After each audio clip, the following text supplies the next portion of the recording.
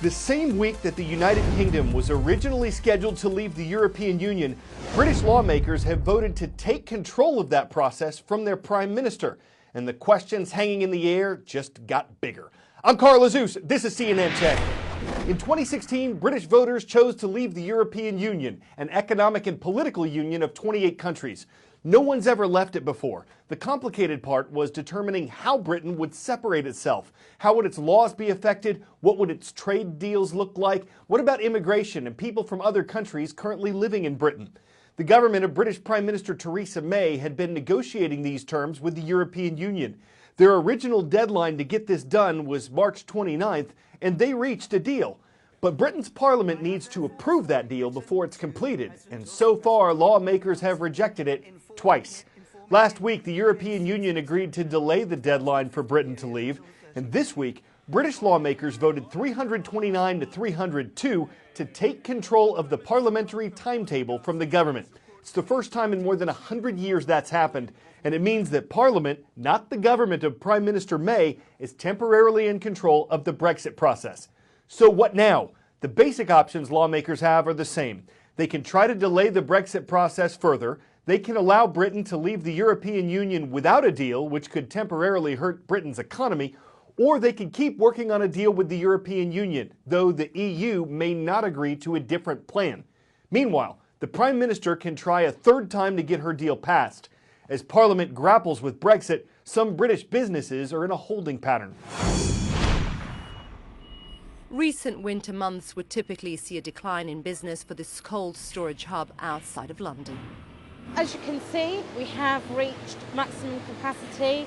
But this year has proved very different. A lot of our existing clients panicking due to the uncertainty around Brexit and therefore stockpiling and getting goods shipped into us in larger bulks and quantities. This site stores produce for a range of clientele, from manufacturers and restaurants to caterers and small businesses. And there's space here for over 2,000 pallets of frozen goods, items such as bread, chicken breast, as well as ice cream. But fully stocked shelves present an unwelcome problem in this industry. We've had quite a few new inquiries over the last couple of months. It's bad for business because in an ideal world, you don't want to have to be turning away any business.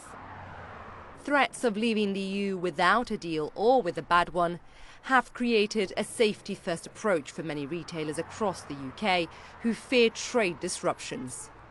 Those with enough resources are stocking up while they have the chance. We know that retailers are taking a number of steps. They've been looking to hire extra staff working in their customs units to help to get things through the borders if there should be any delays. They've also been looking at what they stock. Is there a chance perhaps to source things locally from the UK? Everybody wants to do that. Of course, it's a great marketing tool to talk about locally grown produce and British produce to British consumers. But the simple fact is, Britain only produces half of the food that it actually eats. The government has so far reassured the public that food supply, irrespective of Brexit, will remain unchanged. A spokesperson for the Department for Environment, Food and Rural Affairs said this to CNN. The UK has a high degree of food security built on access to a diverse range of sources, including strong domestic production and imports from third countries. This will continue to be the case as we leave the EU. They added, while we are making sensible preparations for all eventualities as we leave the EU, the government is not and will not be storing food. We do know that 10% of consumers have said that they are already stockpiling goods, but another 25% of consumers have said they would consider stockpiling. And as Brexit uncertainty continues to fester, businesses and consumers must now choose how best to fill their freezers. Isa Suarez, CNN, London.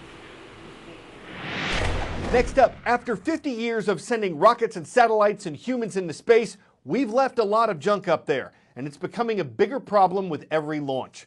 10 years ago, 2 satellites collided, adding to the millions of pieces of debris that's orbiting the Earth. If more collisions happen, millions of people could lose their internet or phone service. Satellite TV could be taken out. GPS service could be lost. With thousands of new satellites being planned for the years ahead, Some companies, like OneWeb, are taking steps toward retrieving defunct satellites or leaving enough fuel in them to ensure they head back into Earth's atmosphere to burn up once their missions are completed.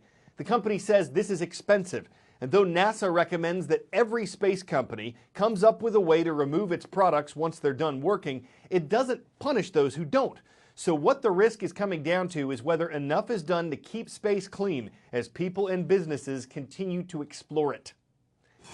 10-second trivia. Which of these events took place in 1992? Lillehammer Winter Olympics, Barcelona Summer Olympics, election of George H.W. Bush, or the launch of the Hubble telescope? In the summer of 1992, the Olympic Games were held in Barcelona, Spain.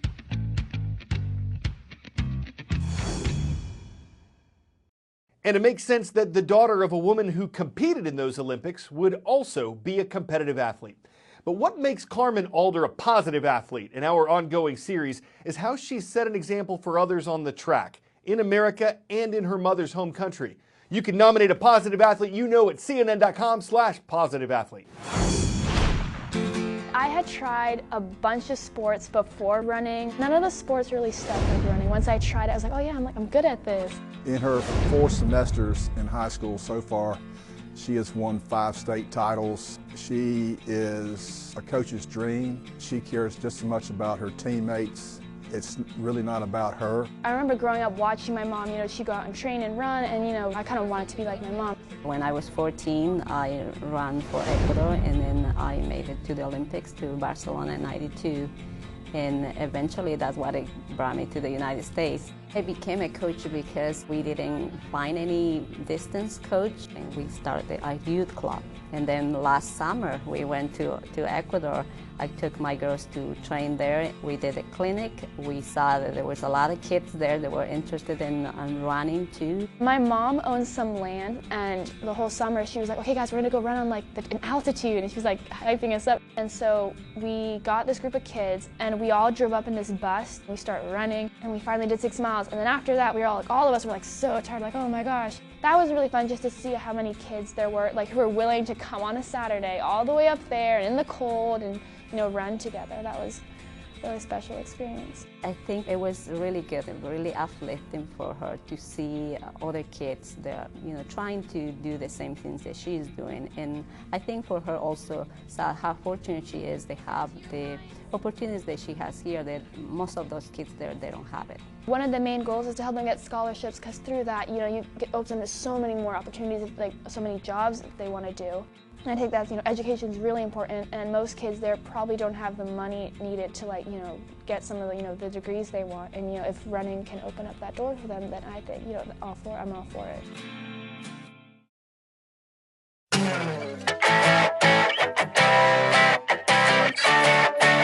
For 10 out of 10, it's Alien, the play.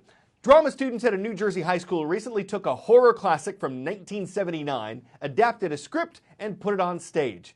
It was a budget production. One senior said the crew used whatever cardboard and scrap metal was lying around to build the set. But it was pretty convincing. The production went viral after viewers posted clips on social media, and the local mayor's office has funded an encore.